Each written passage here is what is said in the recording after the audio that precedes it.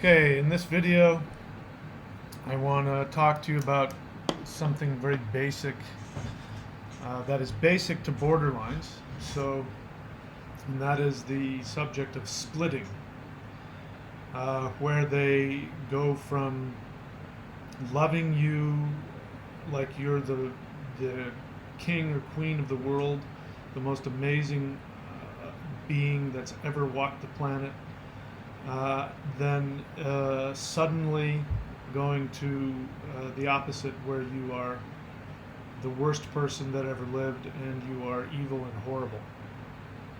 And there's different kinds of borderline expression. I mean, the core of it is still the same, but the typical borderline is known for loving you and then going into a rage, where they will fly into a rage and castigate you and say horrible things and throw things or even become violent. Especially males can become violent. But there are other kinds of borderlines. I was with somebody that I believe fell in the category of quiet borderline, which is she wouldn't fly into a rage. She could be cold and cruel in her attacks sometimes, but she wouldn't fly into a rage. And usually with her, it would take time. For a borderline, the change would be immediate, I'm sure, but usually for her, it might take a night. She might think it over, or what she says, I've been thinking about what you said. So for her, it would take time. But I know that in terms of the grand scheme of things, it's pretty much instantaneous. So quiet borderline, instead of raging, they internalize and they mope. They go and will isolate, or maybe take action against themselves, hurt themselves. And I know there's other kinds. I thought in the beginning she might have been what's called an impulsive borderline, which she might have been. And I'm sure that there is a different. Again, I'm not a psychologist, but I would imagine that there are different. It's a scale, and it's not always exactly the same. And what I realized about her, based on what she had said about herself and her past, is that I believe in the past she had been more of your typical borderline that gets very, aggressive and destructive and acts out and lashes out in an angry fashion. But that she had some kind of realization that wasn't a good thing to do. And so she made some kind of vow that she would never say anything, in a mean way. Of course, that's not how it happens. I mean, she ends up saying very cold and cruel things and having judgments and accusations which are horrifically painful. But she does it without yelling and screaming, or without calling you bad names or cursing at you. So in her mind, she's now this very spiritual person who never calls you bad names, and I will never stoop to that level. But the action is exactly the same. There's no difference. But I want to talk to you about what splitting is. So if you're with somebody, again, this channel is devoted for non-borderlines who are in a romantic relationship or have been in a romantic relationship with a borderline and are seeking to, if you're in it and you're trying to figure out what's going on and what your part in it is, I'm here to help you understand that you are with somebody who is in fact mentally ill, and the craziness that you feel is accurate. There's something going on that's not normal. They're not evil. They're not out to hurt you. If you're a borderline and you're watching this, I'm not trying to harm or attack you in any way. If you do watch this, my hope is that you watch it with an open mind to understand the tremendously destructive effects of your disorder. It's not your fault. You went through horrific conditions as an infant, and it has resulted in this disorder, but it's not your fault. But the fact is that it has hugely destructive effects on everybody that you have any close relationships with. So let's talk about what splitting is, right? This was the thing that helped me to understand what was going on, because and it was so confusing for me, being that she was a quiet borderline, because she wasn't flying into a rage. She was just, after having the most deep emotional bonding, sometimes on my experience of my life, which is part of the syndrome, the next day she would completely break up with me, sometimes for no apparent reason other than she just didn't feel right about it. And it was incredibly painful and confusing for me. So, what splitting is that borderlines, what they do is they vacillate between two extremes, especially in romantic relationships. They vacillate between loving you and seeing, it's not true love, but they see you as the most amazing person in the world, what's called the favorite person. And that's important. And in fact, my girlfriend used that very word. She would say, "You're my favorite person." Or she would say, "You're the best because you do all the things." And she would say it in a little girl's voice. But what she meant was, "You're my favorite person because you're doing all the things that I want." Because I was falling in love. So I was acting, like somebody does when they're falling in love. And I was saying all the beautiful things about her. And, when they're in the idealization phase, when they are idealizing you, it's very easy for you to think you found the most loving person on the planet. And so I was reflecting that back to her, that you're the most, I really thought that she was just this really beautiful, loving, open, trusting, person. And so they make you feel so loved and so seen and so accepted, because you have that same experience. What they're experiencing is they've idealized you, and they see you in this idealized fashion. You have this feeling that, oh my God, somebody finally sees me for who I am and sees the deep love that I have and is going to allow me to love them. They will seek out loving people. Unless, I'll talk about something else in another video. I think another tactic that they can use to distract themselves from their pain, which is a whole different thing. But in this case, normally, so they idealize you, they adore you, which makes you feel loved, which makes you love them even more, right? And then they vacillate from that to I hate you, or I can't have anything to do with you, or we're breaking up, or some expression of complete, total, utter separation and rejection.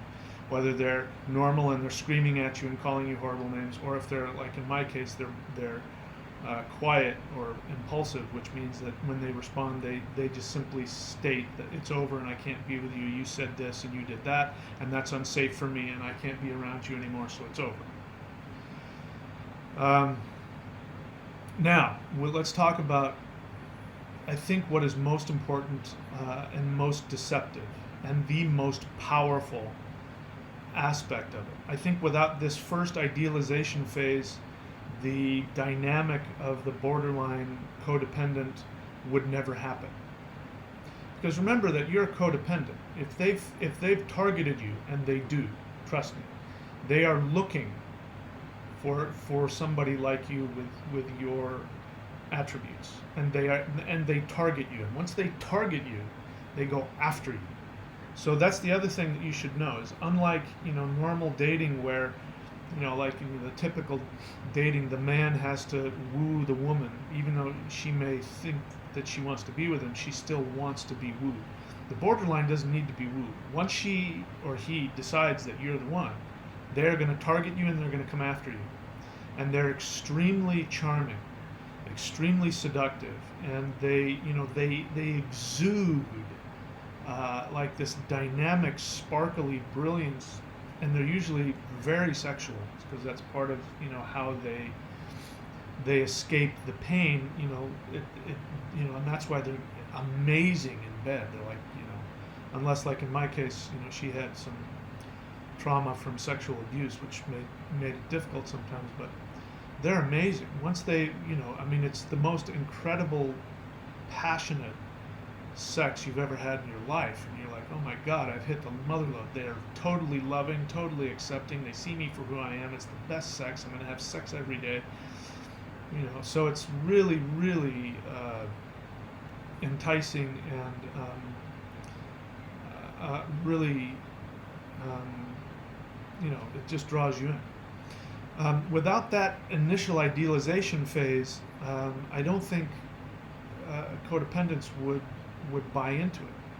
So once that idealization phase kicks in and the codependent, whatever hole is missing in them, gets filled up, they're hooked. That's it. Because, once you get that, if you've been, dying for that, if you're lonely and in pain, in my case, I was, I'm a son of an alcoholic, so I'm already primed for that.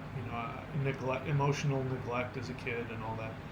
And then I recently went through the loss of a soulmate, somebody who actually was all those things, and she died, and so there's been this hole inside of me because once I had it, I want to find that again, and up pops this seemingly perfect woman, almost 20 years younger than me, super intelligent, super beautiful, super smart, seemingly super conscious and super spiritual, and finds me to be the ultimate, and now I get to go back to where I left off with. And I literally said that to people. She's taking up where, my soulmate left off. And so for me, it lasted for a couple of weeks. And then there were signs of it starting to crumble, but when it crumbled all at once. And it never, ever recovered. So the 2/3 of the relationship was about me scrambling to try and repair whatever damage I thought I had done, or if I knew it wasn't my fault, trying to repair her and fix her so she could get back to being where she was, so that I could get that love again. But being a good codependent, I completely poured myself and sacrificed myself and martyred myself to try and heal her as she went through all of her issues. Anyway, I don't want to take time to talk about that in this video. The point is that this is the crucial thing, and this is how you know you're with a borderline. When you're with them, when you first meet them, if it's the most beautiful, perfect love you've ever experienced, and within like a couple of days you're ready to marry them, that is a warning sign. It is not